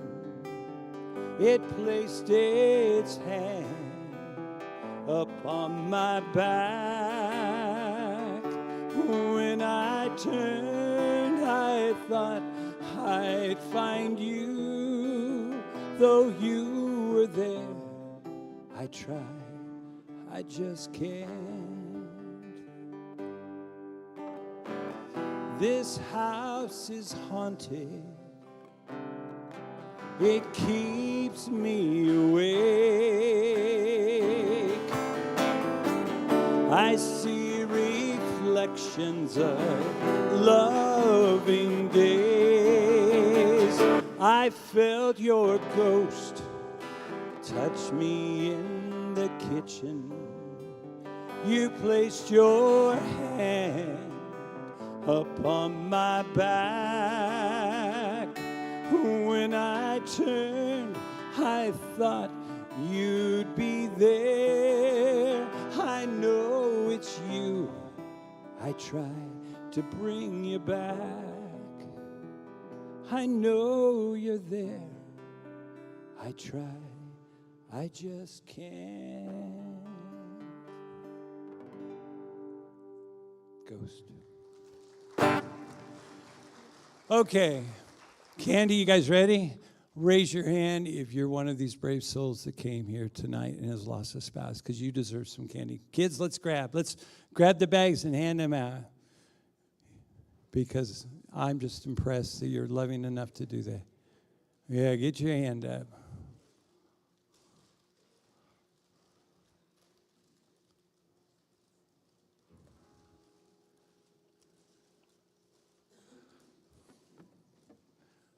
Okay.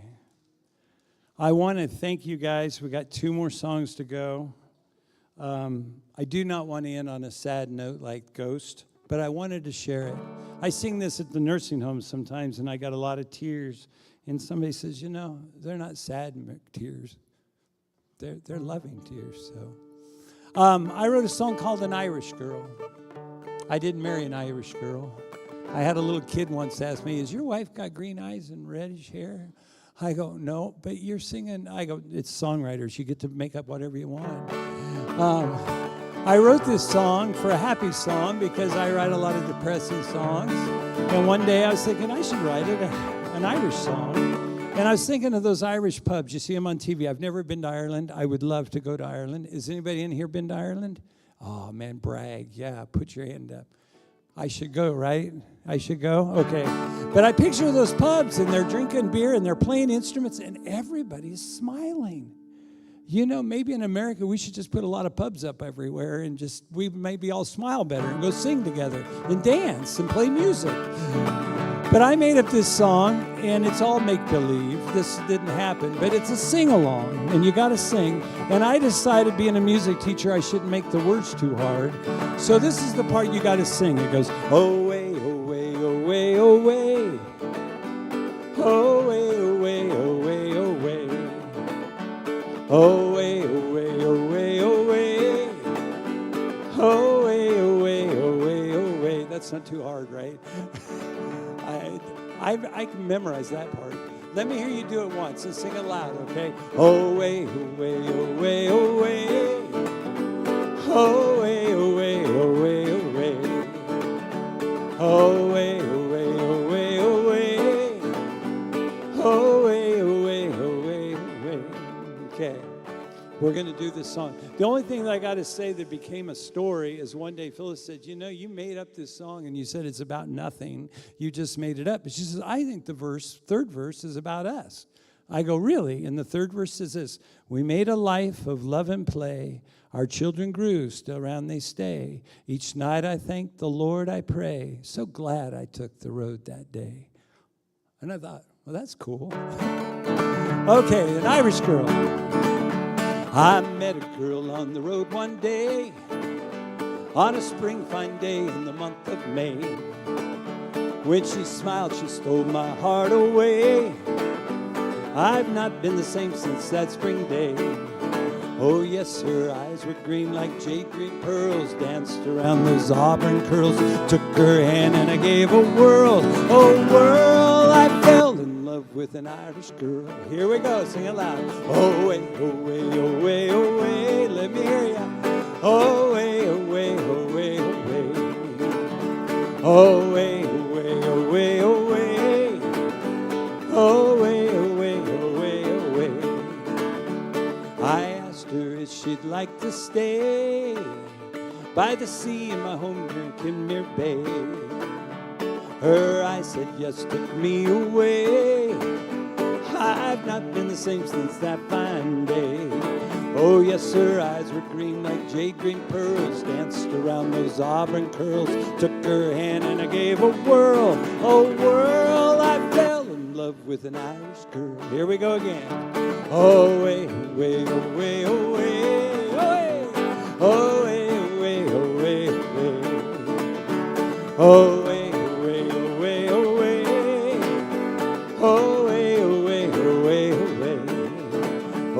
Her eyes were green like jade green pearls, danced around those auburn curls, took her hand and I gave a whirl. Oh, whirl, I fell in love with an Irish girl. We made a life of love and play. Our children grew, still round they stay. Each night I thank the Lord, I pray.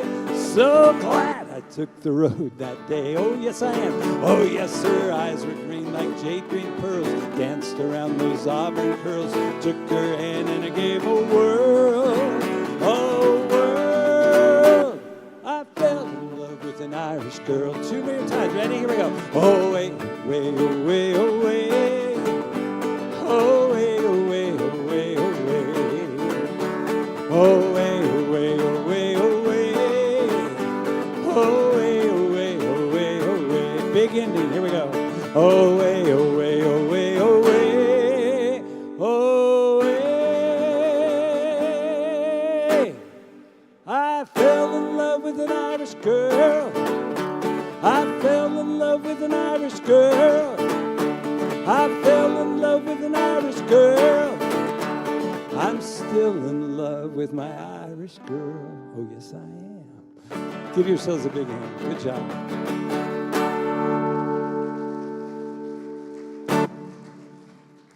Okay, I want to thank everybody for coming tonight. I want to thank everybody that stuck around, even for the second half. You guys are troopers.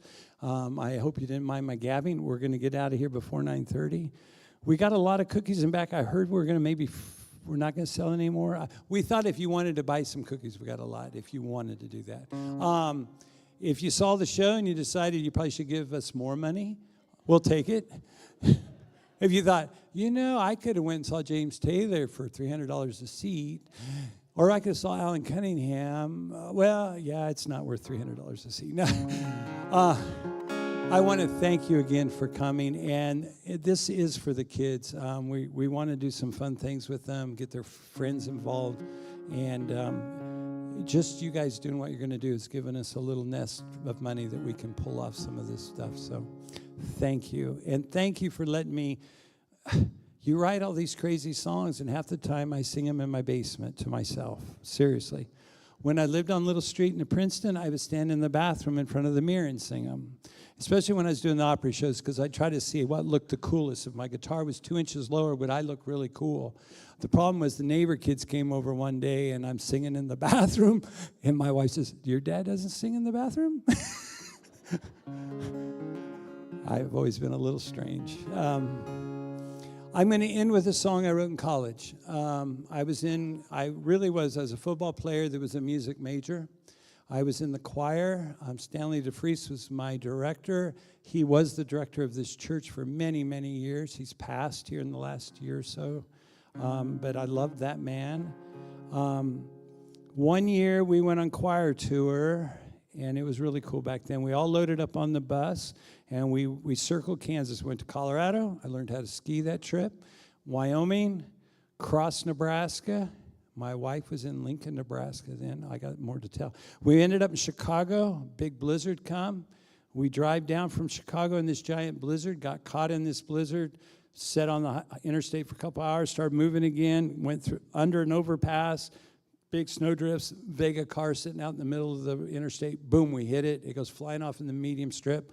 Nobody was inside of it, thank God. But it broke the brakes on our bus, so we locked up on this interstate. We went out and tried to fix it. Art Miller, if you guys remember Art, was our bus driver. He was a beautiful man.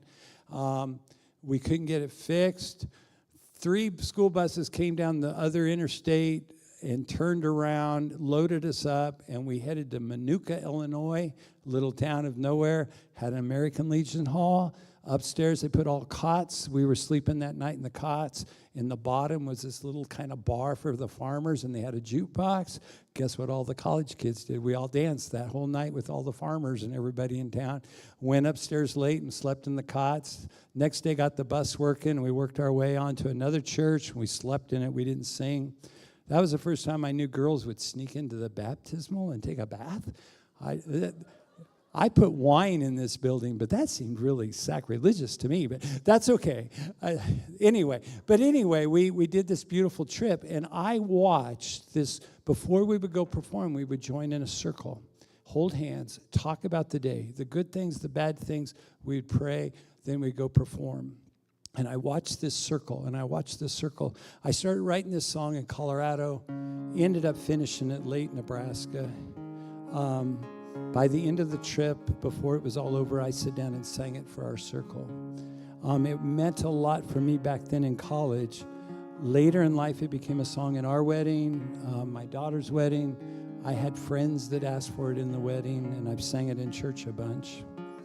But I do want to say that I believe this wholeheartedly, that we all are a part of that circle. And we got to realize as a human race that we are fellow brothers and sisters, and we're binded by some powerful being above us. So I wrote this song called Our Love Circle. I'm going to end the night with this. Thank you for coming, and just thanks for love, because I said tonight was all going to be about love. So it goes like this. I see you smile at me. I know you're caring. I give a smile to you, for we're all sharing. When I see a smile, it makes me strong down deep inside. It makes my body warm, for there is love. There is love. When your eyes meet mine, I feel what you're feeling. It's music without words. I know the song you're singing. When I see your eyes, I see far into your dreams. And let me share your life. There is love. There is love. There is love in our circle. It will be unbroken. There's a faith for the one up above. There is love in our circle. It will be unbroken. And when we hold hands, we are one. Now as I hold your hands in our circle, I look around and see our own special beauty. For I've seen us cry and expressed what's down deep inside. Now as I hold your hands, we have love, so much love. There is love in our circle. It will be unbroken. There's a faith for the one up above. There is love in our circle. It will be unbroken. And as we hold hands, we are one. When we hold hands, we are one.